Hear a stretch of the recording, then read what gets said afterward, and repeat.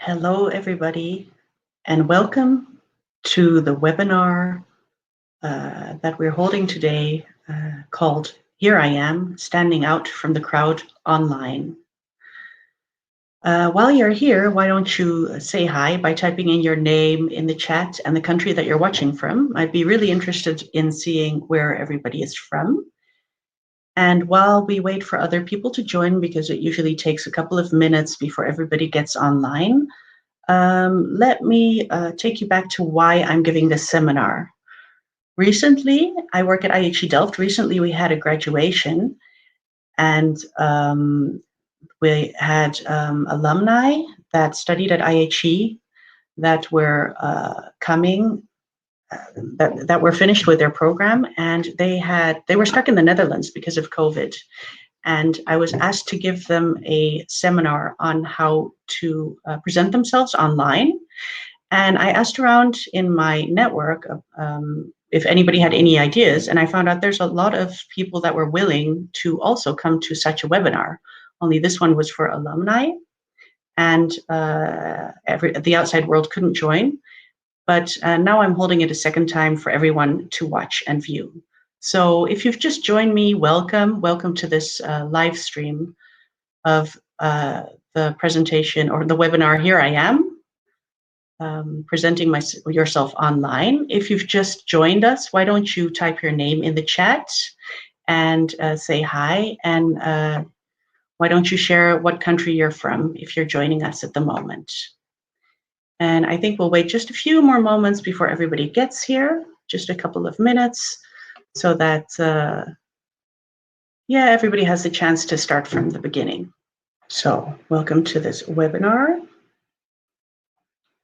Like I said, my name is Laura Kwak. I'm a corporate communications advisor at IHE Delft. My work focuses on events and visitors not so much at the moment, and internal and external comms, social media and online media development. These are some of the things I also like to talk about: open source, organizing events, and the community where I live in Rotterdam West. And I want to start by asking every one of you to take a moment and imagine where you want to be in a few years. Do you want to have another job? Do you want to get a job? Have you just finished studying?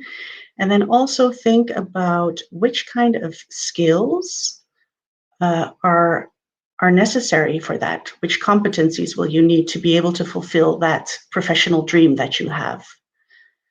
And here's just a few competencies that are very wanted in most jobs. People are looking for many kinds of skills. In your case, that might be technical skills that you have. You might be creative. You might have leadership skills, or you might need to be able to teach or present yourself. So keep these kinds of things in mind as we progress through this webinar. What I will be covering is I'll be covering online profiles, showing your skills online specifically, using your network, and being your authentic self when you're online. If during any part of this webinar you have any questions, just type them into the chat, and I will have a look every once in a while to see if any new questions have come in. And I will probably answer them after I go through each section. But if we take too much time, then I will I will save them up for the end and hope we have some time to cover all of the questions you may have.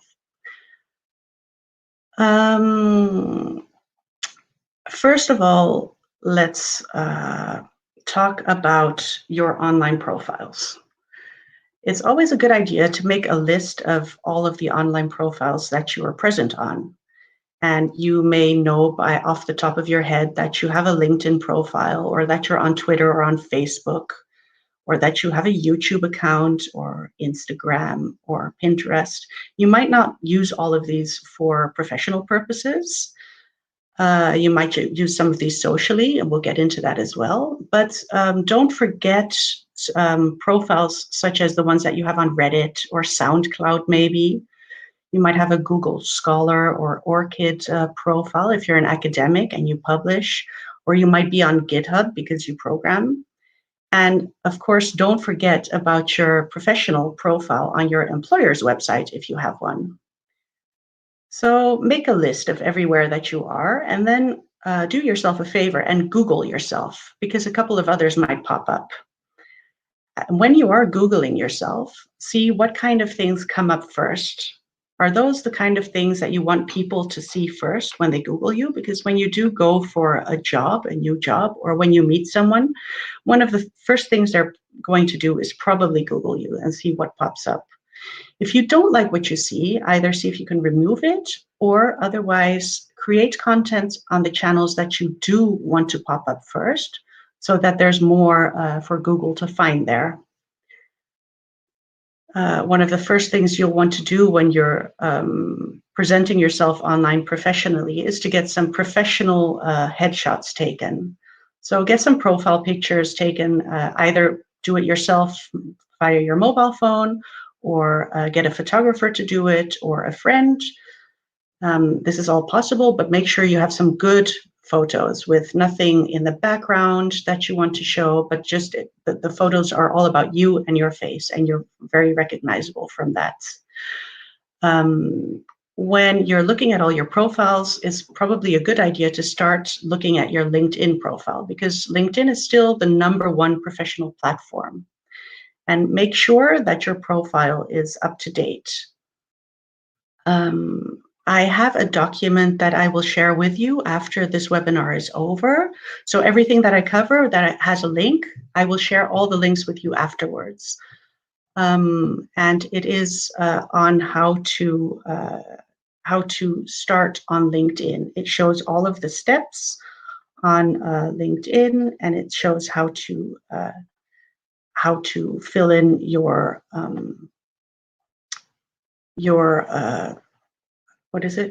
your profile professionally, how to make sure you don't forget anything. And I will also show that at the moment. I will show what you will be receiving afterwards, so that you know that you don't have to take great notes, because you'll receive this in your inbox. It shows how to build your profile.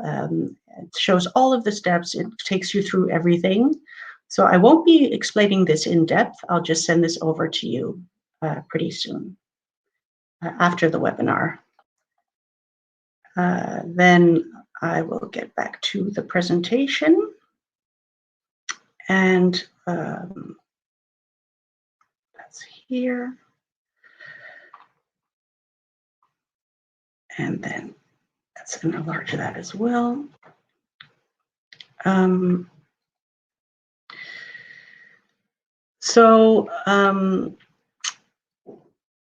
When you've done that and you've updated your LinkedIn, make sure that you also review all of your other social media profiles, including the ones that you don't necessarily use professionally.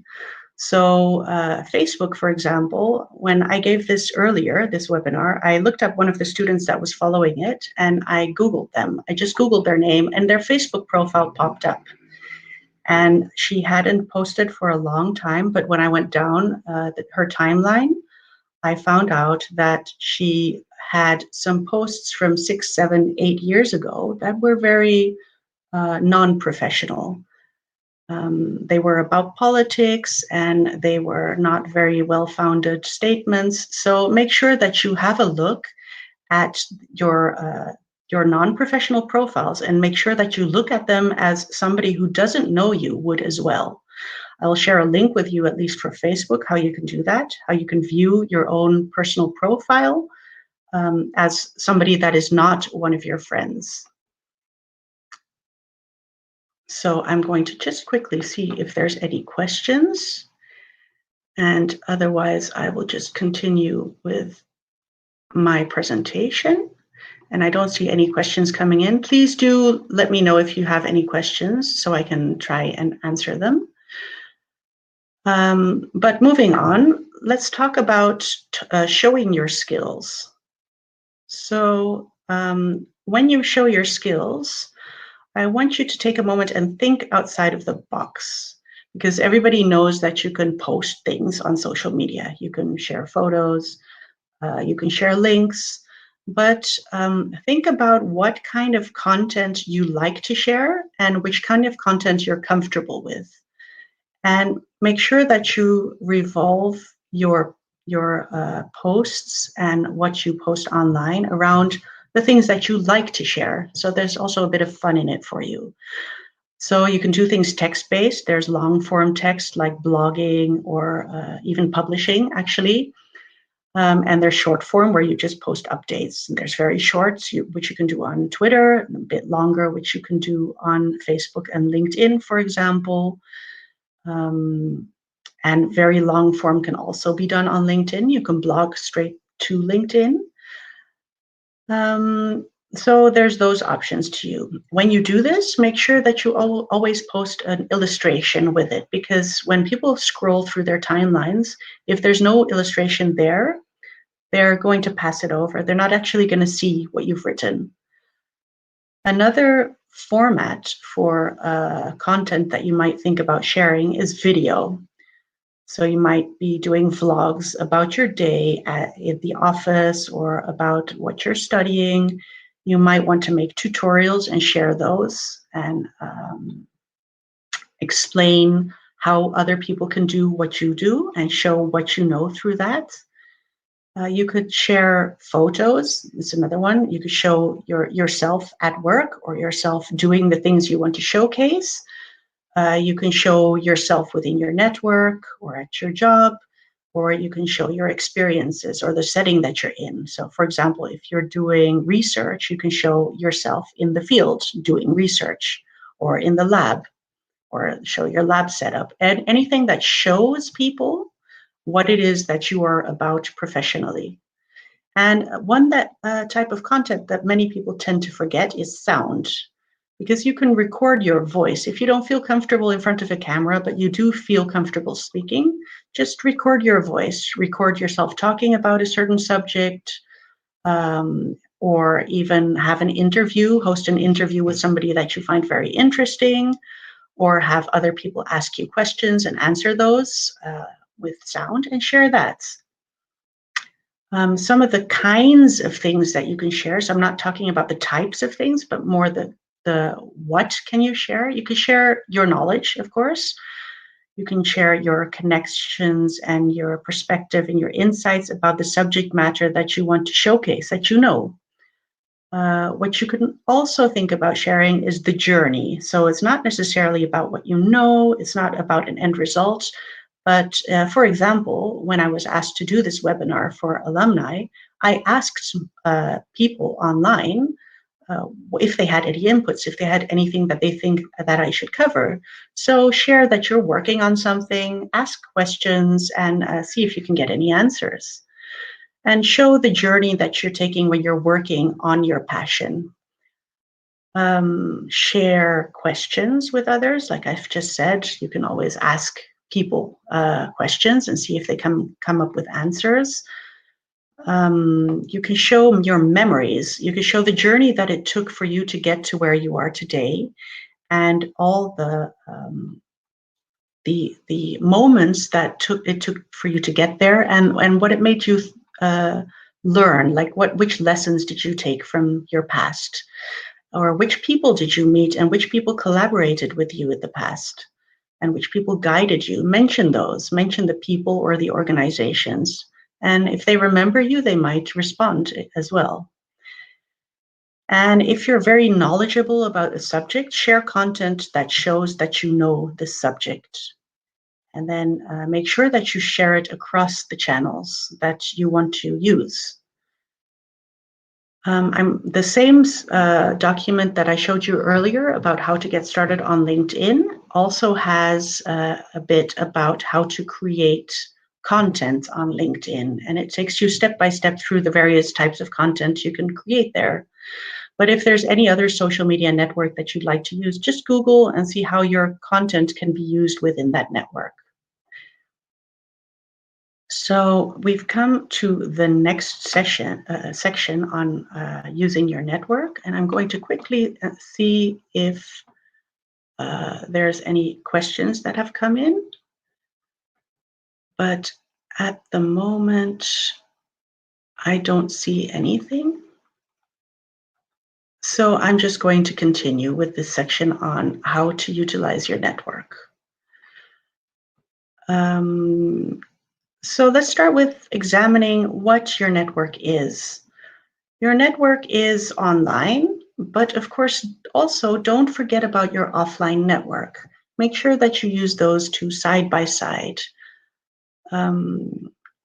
So friends and family are part of your network, and your colleagues or your former colleagues are part of your network. People that you've studied with or gone to school with. In LinkedIn, it's very easy to show fellow alumni from your university or the place that you've studied, or even your high school, and to get back in touch with them and to see what they're doing, where they're working. Your neighbors are also part of your network, and parents of your children's classmates if you have children. And if you're an active member of your community, then all of the committees or boards that you're on, the community center, or maybe even a reading circle that you're a part of, they're all part of your network. And when I first gave this talk to our recent graduates from IHE Delft, I said, listen, make sure that you utilize the IHE Delft alumni network, because there's 23,000 water professionals in that network, and they work around the world. So if you have questions about job openings or about what employers are looking for, make sure you check with them to see if any of them know. So what else can you utilize your network for other than just getting the inside scoop on job opportunities?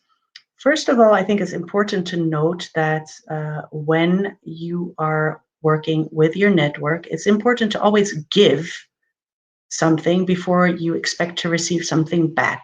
So share your insight, give value to others, be useful and helpful, be kind to other people. If you see something they're posting and you see that it's not correct, don't say, oh, you're an idiot, this is completely incorrect, but help them find out the correct answer instead of, dissing them. Comment on other people's posts, share their shares, or share their information to people in your network that you think might be interested in it. So connect people. Always, when you share your own items, mention the people that helped you with that particular piece of content that you're sharing. So if you've made an event happen, be sure to mention the people that did it with you, or the organizations that were there by your side. Thank people when they give you valuable information or interesting content. So for example, lately I've been following a couple of webinars on how to do certain things that I find interesting. And I always reach out to the people who give the webinars afterwards and say what I found interesting about them. Give and ask recommendations. If you've worked with someone that you thought did great work, write them a recommendation. And if you feel that you were very useful to somebody, ask them to write you one. One thing that you can do to utilize your network to the most fully is to provide links to your email signature, from your email signature to all the profiles that you want people to be aware that you're on, so that when they receive an email from you, either privately or professionally, they can link to your online profiles and see what you're doing on there. You can build new connections and enlarge your network when you comment on other people's posts. And you can use search, for example, in LinkedIn to find subjects that you're very interested in or knowledgeable about, and then respond to people who are posting about these things. So this is also where you add value to other people's posts. And don't be afraid to ask. If you've generated a really interesting piece of content, or you're going to do something really fun or useful, ask others to share that. Ask people to introduce you, ask people to indeed give you the inside information about job opportunities if you know them good enough. So again, we're going to go to the part about the authentic self, and I'm still not seeing any questions come in. So feel free to, if you have them, to type them into the chat box, but otherwise I'm just going to continue with the presentation. And that is on being your authentic self. When you're online, make sure that you are yourself. You have to be professional when you're doing it. I mean, don't swear. Try not to get into subjects that people may really disagree with you on, unless you think they're very important for you to profile yourself as one of the people who feels one way or the other. Be polite to other people. Introduce yourself when you are joining a group online. These kinds of things. But so always be professional when you're online, and remember that anything that you put online can be found again in the future. Even when you delete it, somebody might have taken a screenshot and somebody might repost that somewhere else. And it's a good idea when you're presenting yourself, before you start out on that path, is to think of 3 to 5 what I call pillars of content, things that you're interested in talking about. So that could be your professional field, but it could also be a hobby that you really enjoy, like cooking or baking, or it could be a side thing that you're involved with. Maybe you read aloud to children at the library, and you're very fond of sharing things about that. Think about the things that make you you, other than just your professional knowledge, and think of what I say, 3 to maximum of 5 content pillars, and decide how you would like to show your interest in those pillars and on which channels you want to do so. Another thing that if you're working in the water sector, and well, you might be a scientist or you might be an engineer, it's always good to show that you're very well informed. So before you share things that you read somewhere, fact check them. If you think they might be a little bit iffy, fact check them. And a final thing that I would advise that you do is don't be arrogant. And somebody whose webinar I recently watched said the difference between confidence, which you are definitely allowed to be online, and arrogance is substance. So make sure that you show what you're capable of rather than tell what you're capable of. So I'm going to go and look at the questions. And I'm still in the chat not seeing any questions, except I do see that Asif has joined us from Bangladesh. Hi, Asif. Yes, I would like to ask people, if you have questions about how to use online and social media to present yourself, then please do put these things into the chat box. And yeah, let me answer your questions. I mean, I might have some things that I can offer. And while we're waiting for these people to ask their questions, let me show some inside bonus tips, because I think most countries right now are in some form of lockdown, and we are all working at home, sitting at home, studying at home. And while we're doing this, it's probably a good idea to invest some of your time in learning a new skill. And of course, when you're busy presenting yourself online, make sure that people know that you're looking to learn this new skill, and share what your takeaways are while you're learning these kinds of things. So, for example, one of the things that's very useful right now to potential employers or to your current employer is that you know and that you can show that you can work remotely. So I'm also going to share a link after the webinar with all participants that give suggestions for tools that you can use to work online, um, tools that you can use to make things look better, things to think of. It's from somebody that I know, Jo Janneke. She's written a quite comprehensive sort of guide to tools and tips on working at home. Another thing you might want to get comfortable with is facilitating online meetings. It's when you facilitate meetings face-to-face is quite a different thing than facilitating meetings online, as you might by now might have known, because you were in meetings where everybody was silent or everybody starts talking at the same time.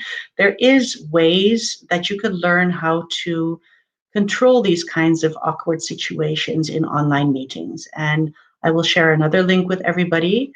And it's Emily Hinks from Mischief Makers. She posts on LinkedIn and shares every once in a while webinars on how to do these kinds of things.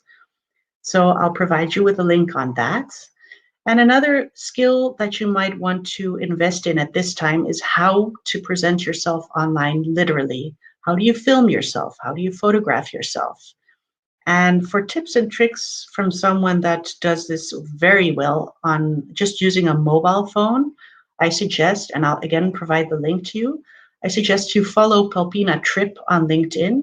She's got some really cute short videos showing all sorts of tips and tricks on how you can present yourself online just with use of your phone. And this will come in quite handy even when we're out of lockdown and you're out and about again, where you can show yourself at work or show yourself and a project that you've created or done or are working on. So yeah, invest your time into doing things like that. So I'm just going to quickly refer back to, I see there's questions coming in very well. So I'm going to take a moment and see if I can answer some of these. Russia is asked, I am trying to update my LinkedIn all the time, but I don't feel people are interested to offer any job opportunity. It's frustrating. So, of course, there are job opportunities besides LinkedIn, but the two are connected. So indeed, there are job postings on LinkedIn that you can look at, but what LinkedIn is most important for is it's like an online CV. If people look for you, they will be able to see you and the skills and the projects that you've worked on, and review interesting posts that you've put out there. And they'll be able to see what you're made of, so to speak, professionally. But I would also look for other avenues of job postings. I know if you're in the water sector, Josh's Water Jobs is definitely one to check out. So I'll make a note to myself to send you the link to his Water Jobs listing as well, because that's very useful. He posts all sort of water-related jobs around the world. And I will make sure that you receive that information as well. But don't only fill out your LinkedIn profile and then wait for the job opportunities to come falling into your lap. Do something more than just making your profile look professional, but do really show your expertise online. So I hope I've given you a couple of ideas on how you could be doing this. I see that AMICBC01 has commented, thanks, I like your advice to stay authentic. Personally, I find it hard to choose what and when to share and to start with it. Should I find a focus, or can I just share a mix of different topics? So I covered that a little bit, but I think it is wise to make a choice between 3 to 5 different topics. I have to say honestly that this one is quite difficult for me as well because I'm interested in a wide range of subjects. But when I write down these subjects, and what I've actually done, and I'm actually in the middle of right now revising it, is made a mind map of all of my interests and see if I can sort of put them into pillars. So, for example, I'm very interested in finding new ways to do things, how to innovate during, especially now when we're under lockdown, how to do online events where actually you're used to doing them face to face, but now you can't. So how do you do that? But I'm also interested in Rotterdam and my neighborhood, Rotterdam West. There's some very interesting, almost political things that are going on here. Um, I'm interested in leveling the playing ground across the world where people have equal access to information and to education and to tools and services. So I really support open source software and I support open publishing. Um, so, you know, I try to find 3 to 5 containers that I can concentrate on so that also the types of content that I'm sharing, it becomes a bit more um, expected for the people who follow me, what they can turn to me for. Um, yeah, for example, I've been spending some time promoting right now the online graduation ceremony that we did earlier, well, I think 2 months ago now, for IHE Delft graduates. I did that together with a colleague and an external party. And my colleagues know that when people are interested in doing these kinds of graduations at other universities, that they should point them and refer them to me. So I've been talking to other universities about this, and always when you show also online in your own social media profiles that you're busy working on this or that you've presented this somewhere, people will remember that you are the one to turn to when they have questions about how to organize an online event. And they will come to you, and opportunities then open that normally wouldn't have if they hadn't known that you were working on this kind of thing. So do be a little bit selective in the kinds of things that you do post online. Of course, there's a difference between things that you post socially um, and with your friends and family, and things that you post professionally on the and make sure that you choose your platforms wisely. Don't try to cover all the bases, but really try to go with the kinds of content that you're comfortable with and the kind of information that you're knowledgeable about or that you would like to be knowledgeable about. I mean, like I said, you can also ask questions. So thanks very much for that question. It's something that I know what the advice is, but indeed I struggle with as well. What should I concentrate on sharing about? Then I see that Angeline Aquino has commented or asked, for one's LinkedIn profile, does it have to be as detailed as your resume, or can it just be a summary or short enumeration of your work experience?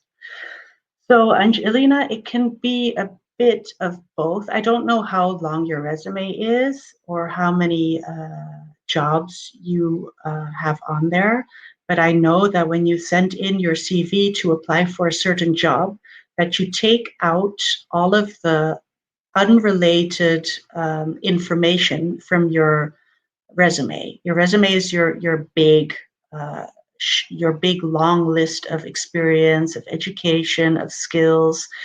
And when you're applying for a job, you don't send them that usually, but you send them something much more relevant to that particular job. You send them you rewrite the jobs descriptions that you've had to reflect what they're looking for.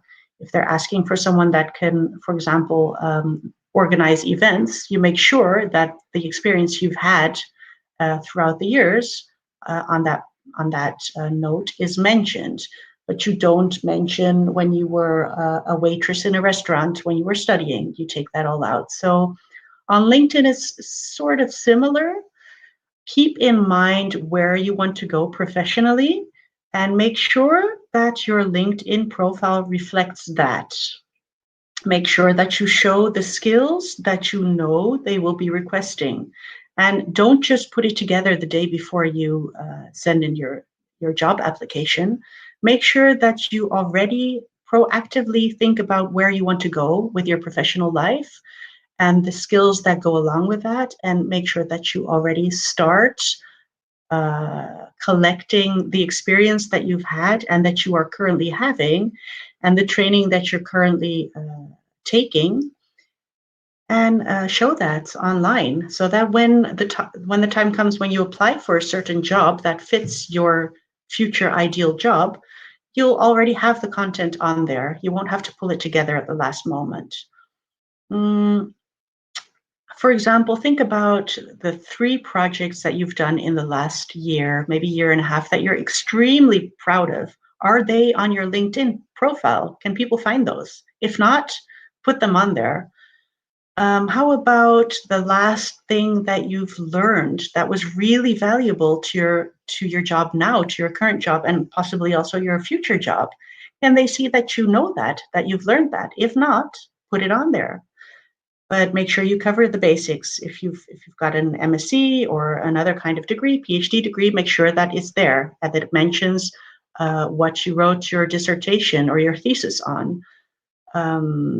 Make sure that you mention what your major is, if that's how your education worked. Make sure that your last biggest job opportunities are mentioned. And then also share content that show that you know what you're talking about or what you say you're talking about. Let me see what else I have. So, I mean, be as detailed as you think you need to be on LinkedIn for people to find you very interesting for their job opportunities or for the kinds of job opportunities that you're looking for. But don't go back to the summer job you had when you were 13. When you were, I don't know, collecting the trash, for example. I don't know what summer jobs people have around the world, but make sure that the things you mention are relevant to your future job. Let me see what else we have. We have a comment from Russia. Thank you, Russia, because he says that I gave him many advices.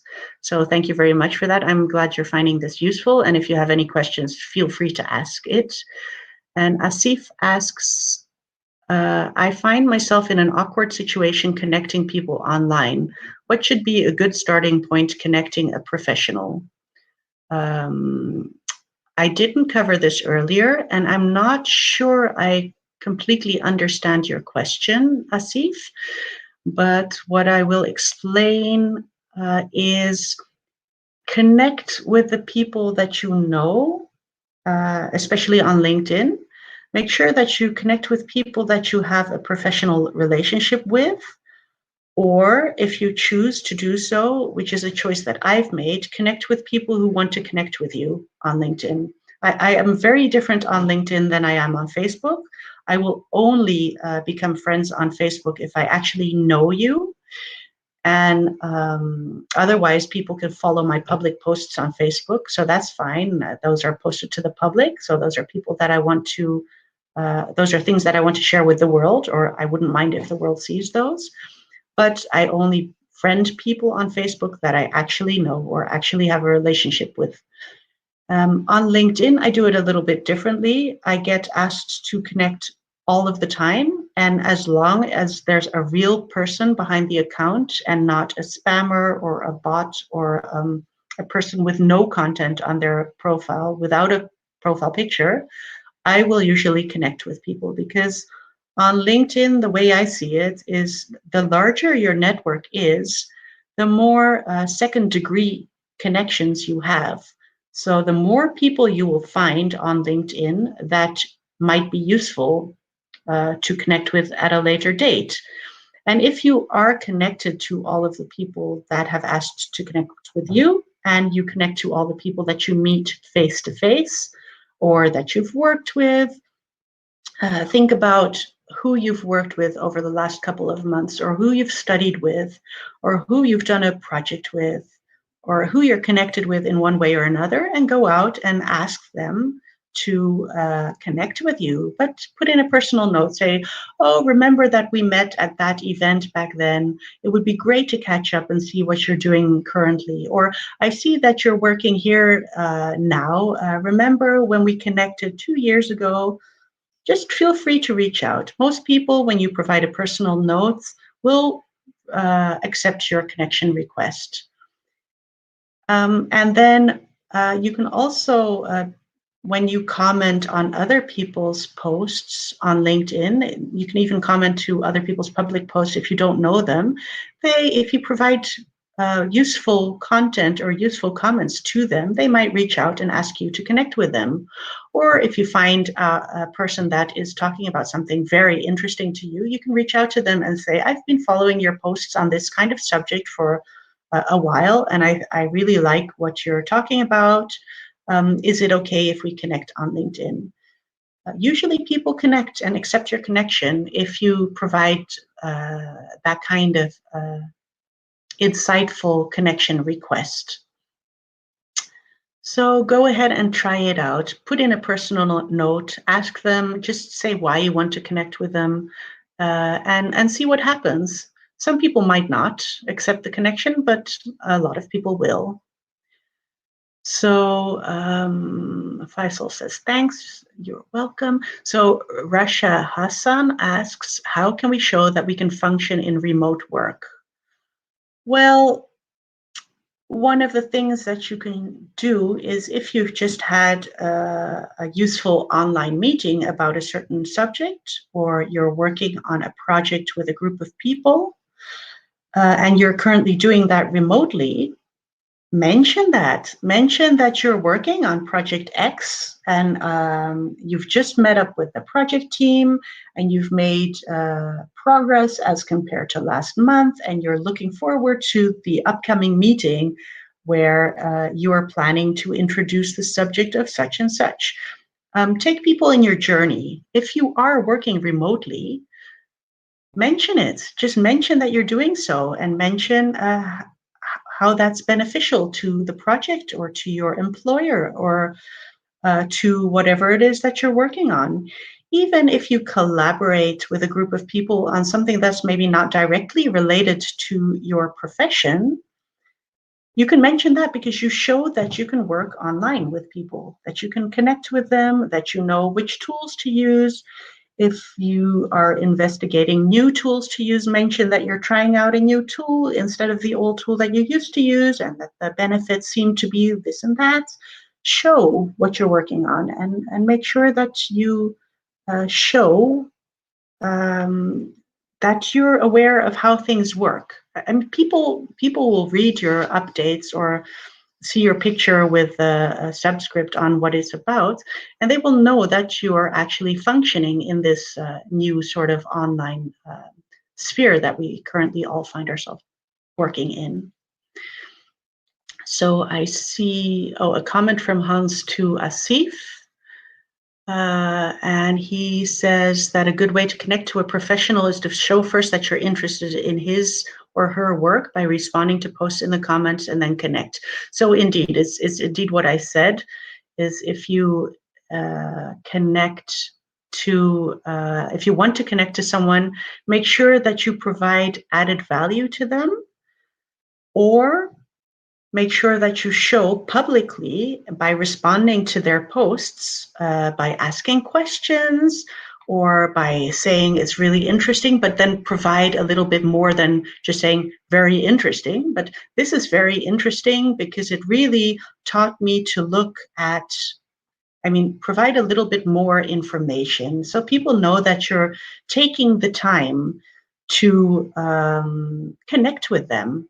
And after you've done that a couple of times, and you do feel that this person is very beneficial to you, do reach out and ask them to connect, and do tell them why.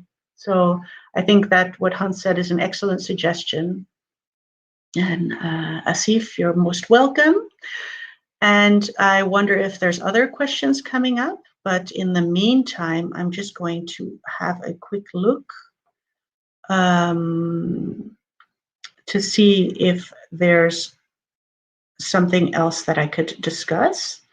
We only have 10 minutes. I said I would keep it within the hour. So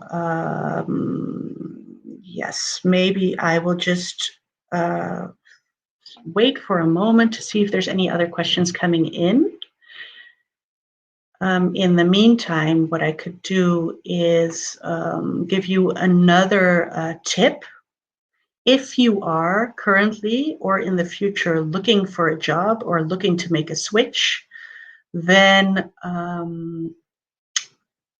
update your profiles. Make sure that you are on track, displaying your professionalism, that you are sharing content, that you have asked one or two other people to look at your professional profiles, that you are connecting with people. And after you are on track doing all of those things, sign up for 1 month free trial of LinkedIn Premium. It gives you a lot of benefits that you might want to use when you're really looking for a job, when you're really busy working on that.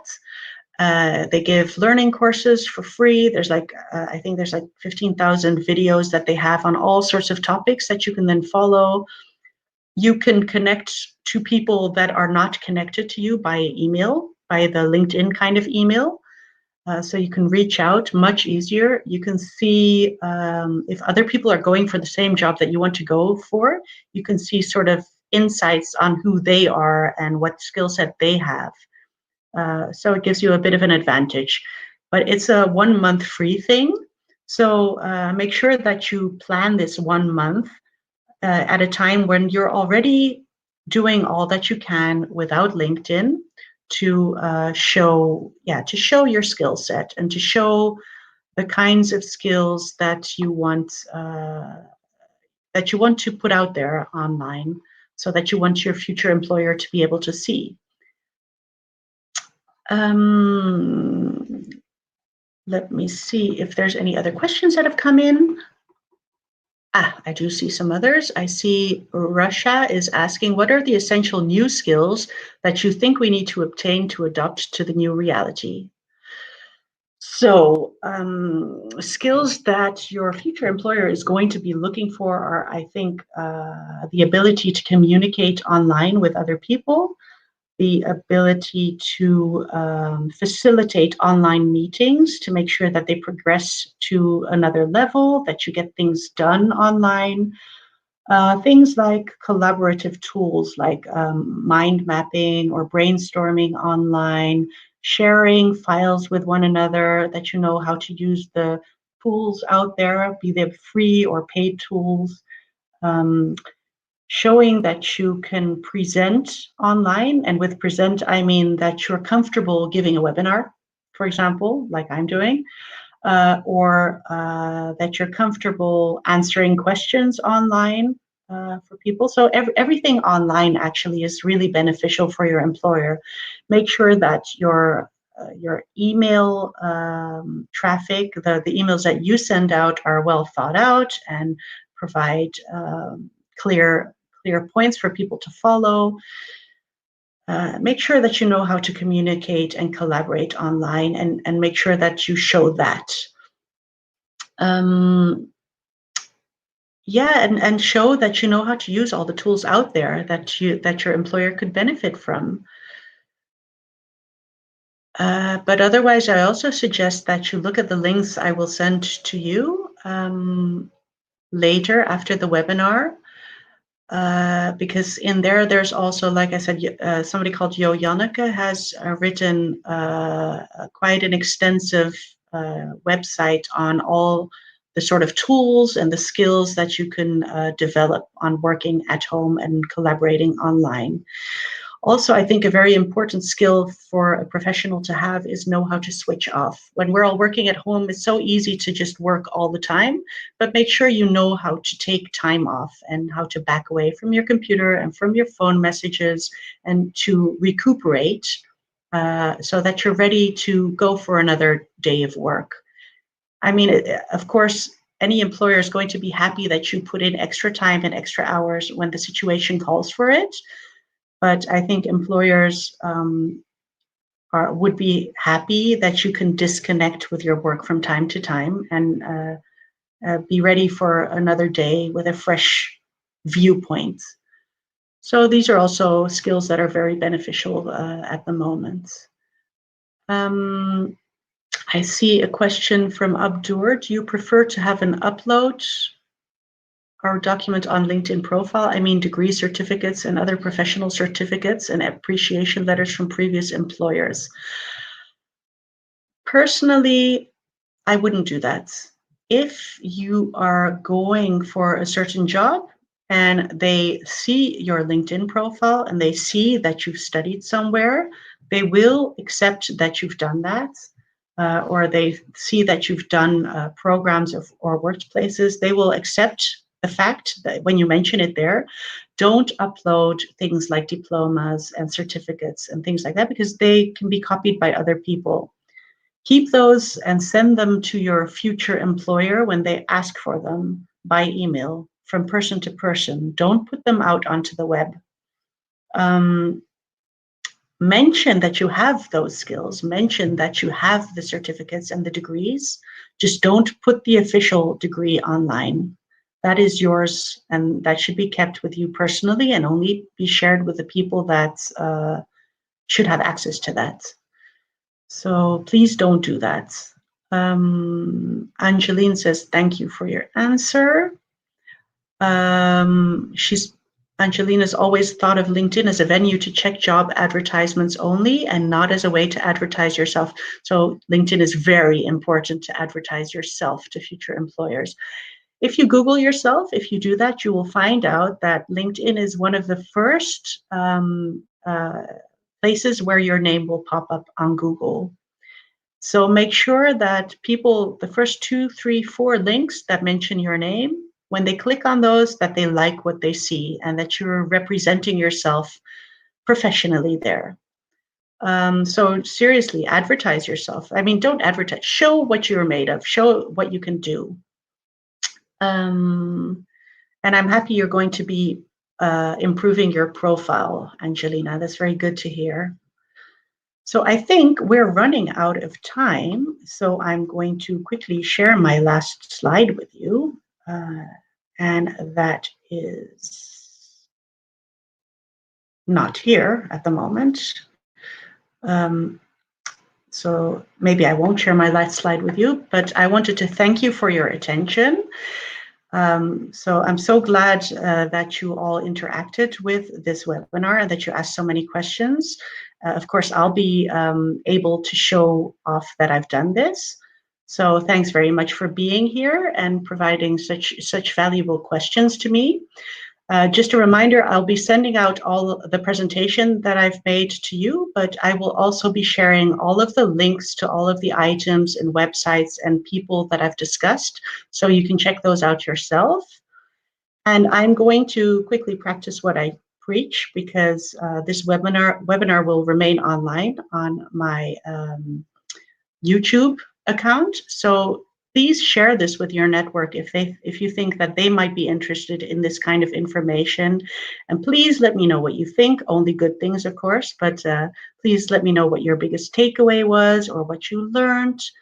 And yeah, if you want to, you feel free to mention me on social media and link to this webinar or to one of my public profiles, which I'll send to you as well.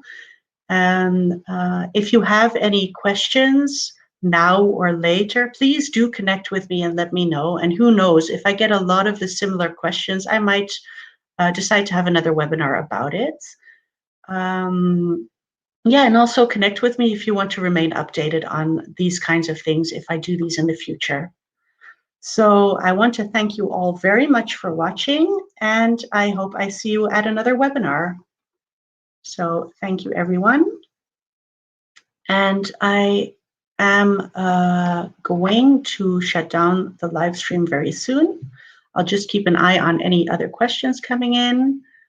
Lots of thanks.